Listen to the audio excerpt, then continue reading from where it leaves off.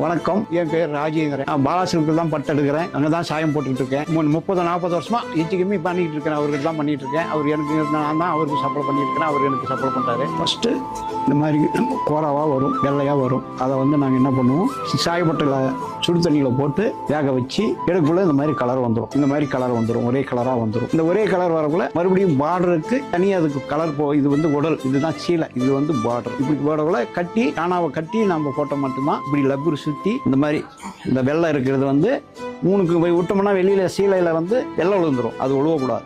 அதனால இந்த மாதிரி கரெக்டாக உட்கார வைக்கணும். ஒன்றுனா எடுத்து உட்கார வைக்கணும். இப்படி பாயிண்டாக கரெக்டாக உட்கார வைக்கணும்.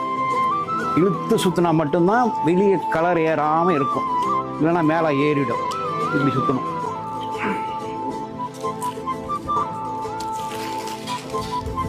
எடுத்துட்டோம்னா ஒரே மாதிரி வந்துருச்சோ.